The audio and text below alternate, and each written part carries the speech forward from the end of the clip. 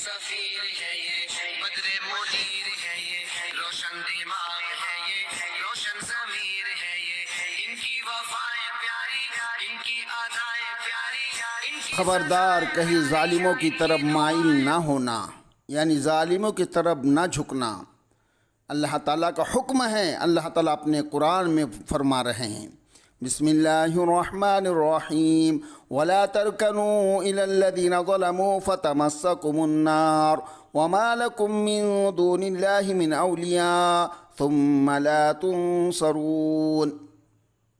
اور اے مسلمانوں، ان لوگوں کی طرف ذرا بھی نہ جھکنا جنہوں نے ظلم کر رکھا ہے، ورنہ دوزخ کی آگ تمہیں بھی آ پکڑیں گی، اور تمہیں اللہ کو چھوڑ کر کوئی دوست نہیں ملیں گا، پھر تمہاری کوئی بھی مدد نہ کی جائیں گی۔ یہ سورہ ہود کی آیت مبارکہ ہے، جس صورت میں قوم نوح، قوم عاد، قوم ثمود اور قوم ابراہیم، قوم لوط، قوم شعیب اور قوم موسیٰ کی تفصیل احوال بہت محتر انداز میں بیان کیے گئے ہیں، اور اس کے بعد امت محمدیہ کو ان کے واقعات سے عبرت لینے کی غرض سے کچھ اہم ہدایت عطا فرمائی کہ ان قوموں سے اپنی عبرت حاصل کرو، ان سے سبق لو۔ ان تمام اقوام میں ایک بنیادی برائی یہ تھی کہ وہ ظلم میں مبتلا تھے، اور ظلم اپنے وسیع مفہوم کے اعتبار سے ہر چھوٹے بڑے گناہ کو شامل کرتا ہے۔ اللہ تبارک و تعالیٰ کے حقوق کی کوتاہی سے لے کر اپنے نفس کے حقوق کو پامال کرنا، اور عام انسانوں کے حقوق سے لے کر جانوروں تک کے حقوق میں کوتاہی کرنا ظلم میں داخل ہوتا ہے۔ لیکن سب سے بڑا ظلم اللہ کے ساتھ عبادت میں یا اس کی صفات یا اس کے افعال میں کسی کو شریک ٹھہرانا ہے۔ اللہ فرماتے ہیں ان الشرک لظلم عظیم، یقیناً شرک سب سے بڑا ظلم ہے، اور مذہب اسلام سراپا عدل و انصاف ہے، اس میں کسی طرح کی ظلم کی کوئی گنجائش نہیں۔ اسلام اپنے ماننے والوں کو اپنی زندگی کے ہر شعبے میں عدل و انصاف کی تعلیم دیتا ہے اور ہر طرح کے ظلم سے روکتا ہے۔ اتنا ہی نہیں بلکہ پوری دنیا سے ظلم کو نیست و نابود کرنے کا ذمہ دار بھی ٹھہراتا ہے۔ دنیا میں عدل و انصاف قائم کرنے کی ذمہ داری اہل اسلام کی ہے، ایمان والوں کی ہے۔ اسلام اپنے پیروکاروں کو ظلم اور ظالموں کے ساتھ کسی بھی طرح کے تعاون سے منع کرتا ہے، بلکہ ان کے کسی ظالمانہ کام کو اچھا سمجھنا اور دل اس کی طرف مائل ہونا بھی بہت بڑا قابل گرفت اور ظلم قرار دیا گیا۔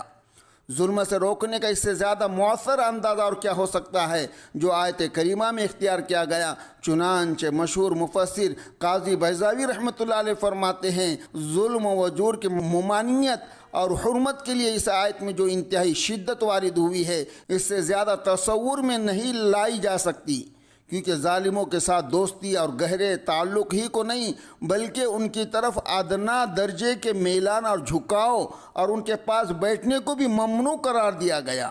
یعنی صرف ظلم سے منع نہیں کیا گیا بلکہ ظالموں کی طرف ذرہ برابر بھی میلان پر بھی ان کے ساتھ جہنم کی آگ میں سزا پانے کی وعید سنائی گئی، اس لیے کہ رکون کا معنی کسی طرف ہلکا سا میلان اور جھکاؤ اور اس پر اعتماد اور رضا کے ہیں۔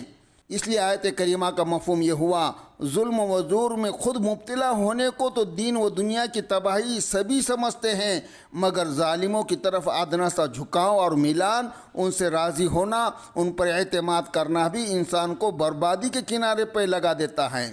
اس جھکاؤ اور میلان سے کیا مراد ہے؟ اس سلسلے میں صحابہ کرام رضی اللہ تعالیٰ اجمعین اور تابعین رحمۃ اللہ علیہم اجمعین کے اقوال کی روشنی میں ہم ذرا غور کریں کہ اس میلان کا شکار تو ہم نہیں ہیں۔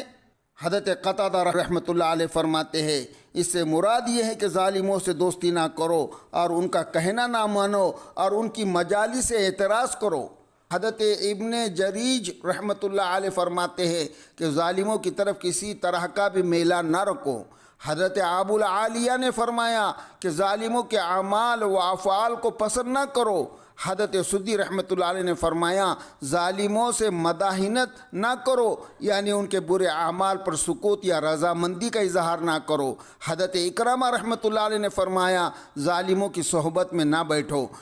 قاضی بیضاوی رحمۃ اللہ علیہ نے فرمایا شکل و صورت اور فیشن اور رہن سہن کے طریقوں میں ان کا اتباع کرنا، یہ سب اسی ممانعت میں داخل ہیں۔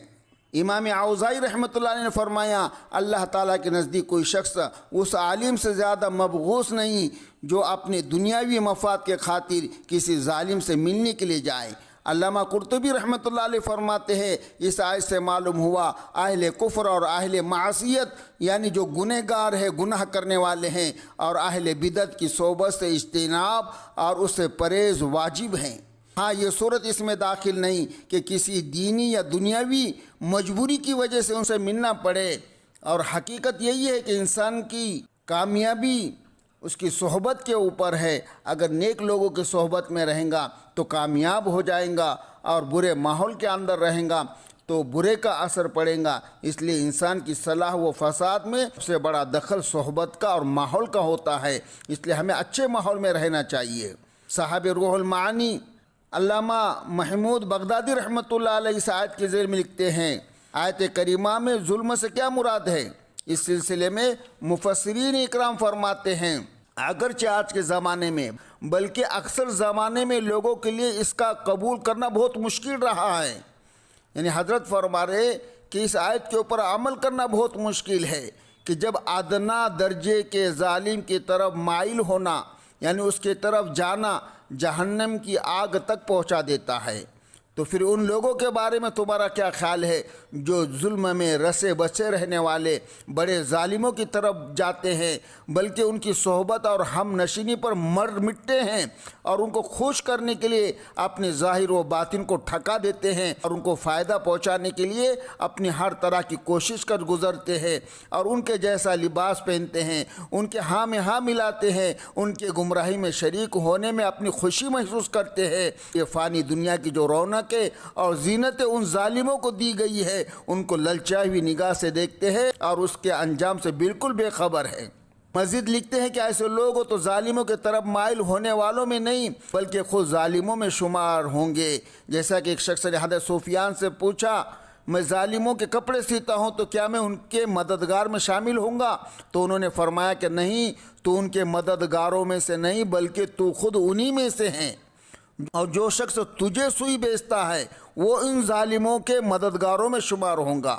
آگے علامہ آلوسی رحمۃ اللہ نے ایک روایت نقل کی ہے جو حضرت حسن بصری، سفیان ثوری رحمۃ اللہ علیہ سے مروی ہے، تو شخص کسی ظالم کے لیے دنیا میں باقی رہنے کی دعا کرے اس نے اللہ کی زمین پر اللہ کی نافرمانی کو پسند کیا۔